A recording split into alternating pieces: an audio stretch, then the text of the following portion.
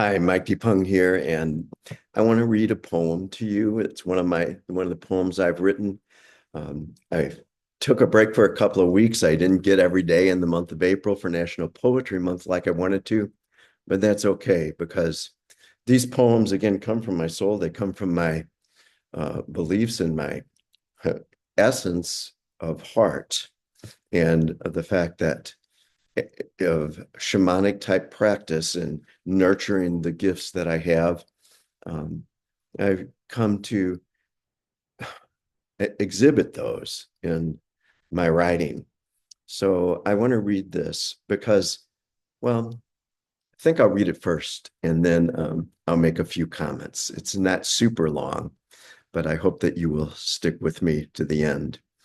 Um, the title of the poem is One Lone Cricket.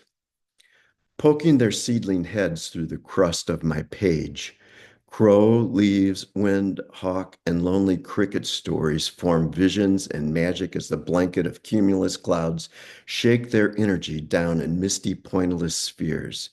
Each of these with their own magic, each with their own blessing, each with their own message to be discerned, distilled, decoded on whatever surface they paint. Images forming, truth creating. You laughing and dancing leaves share your antics, cascading from oak to mock modern human attempts to eradicate all evidence of the natural process. We want to control all, to mold all to tidy expectations of fairy tales of trees with leaves that don't fall. They must not interfere with the order most humans think best for life. Spirit wind urges on the chaos are fun, frolicking with these bouncing leaves, now pulling up to light pirouettes, then dropping down to skittering waves across a flawless green carpet. Spirit wind declares, we are one. The oaks, cedars, pear, and maples forcefully nod their heads, affirming the unity, the fullness. I am spirit. You are spirit. We are one. Crow resists not the refrain from her perch atop the electric pole. Where is pure energy source? What's this speech? Something more than insistent cause. A gentle, almost human voice, she gurgles towards me. Her blackness yields creation of all from the darkness, the void, magic words, light shining forth on this day from the now red-leafed maple. Yes, Mother Crow, I hear your insistence. I accept your magic. For if not, how would this creation manifest? Oh, Crow, you know what you're doing. You and your cohort flying into neighbor's maple. Hawk emerges. Two, unharried, but not willing to engage. He lightly soars low over the fence top, quite happy to move on. And the wake of Hawk fuels visions and proclaims to me, create. Spirit wind enwraps all, inspires all. As crow and hawk and leaves respond to spirit, they caw and whistle, soar and inspire, dance and laugh. Yet, what is this insistent energy, this call? Oh, cricket, one lone unanswered, unceasing call. Do you hear me? Will you come to me? I never give up. I chirp with you, clicking out the goodness, abundance, and love. Do you hear my chirps? And that's the poem about the one lone cricket.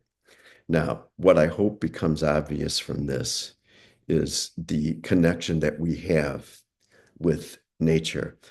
Not many people in this day and age think very deeply about it. Many acknowledge it, and that's great because that's a beginning. But listen to heart. Listen to them as teachers, the trees, the wind. We are spirit wind, our essence. We are spirit incarnate. That's why breathing that they talk about in yoga is so important. The breath, it's creation. We can't truly, wonderfully, meaningfully, significantly create unless we know this unity with nature. And one of the reasons why I think my unseens. My team wanted me to bring this to you today is in the last few days, there's been talk of selling off lands to mining companies, selling off leases on public lands to um, to corporations. Uh, at least one lease deal in the Gulf of Mexico was denied by a court, at least for now. If we value these things, if we know that we're one with them, then to sacrifice them, to trade them off for money, for making more when there are other ways to do it besides destruction, then we're missing something. We're missing who we are. And we're missing who we are because that's ego energy that drives that kind of thinking. And it's heart energy that says there are other ways. Acknowledge the unity with all of this. Because, my friends, if we continue on, someday we won't be able to hear that one lone cricket. All the fertilizers and the pesticides and all the stuff that almost killed off lots of things before the Environmental Protection Agency took over. And now it's all being undone by, uh, oh, I can't use the words, by foolish egomaniacs. Politically, those people, those who think like that, are going to make it so that eventually we won't be able to hear that one lone cricket. And you know what? It's not that one lone cricket that will be gone. It'll be us. We'll be the ones that don't survive. All of these things that I've written about in this poem, they'll probably still be going on, at least many of them, and they will rebuild and life will continue, but it won't be human life. If you value, and if you think this is overly dramatic, good, think that, because uh,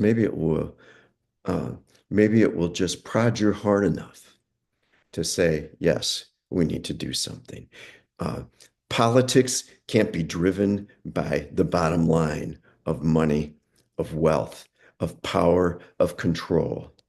If that's the end, if that's what you want, then you need to tell your ego to shut the fuck up and you need to listen to your heart. So, having said that, and obviously feeling strongly about this, valuing nature for what it is and not making it perfect, because it is perfect as given. Yes, we can manipulate it. Yes, we use it, and it uses us, and that's the way it should be.